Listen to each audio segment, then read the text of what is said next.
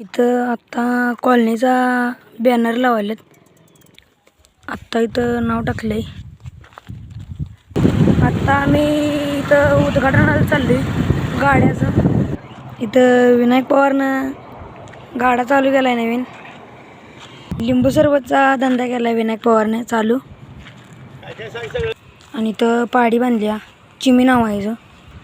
आणि इथं बारकं खोंड आहे. इथं आत्ता सैतानला बांधलाय. इथं आत्ता गाई बांधल्या आणि गाईची बारकी खोंड आहे तिथं. आणि बैजी आहे इथं बांधलाय मोठा.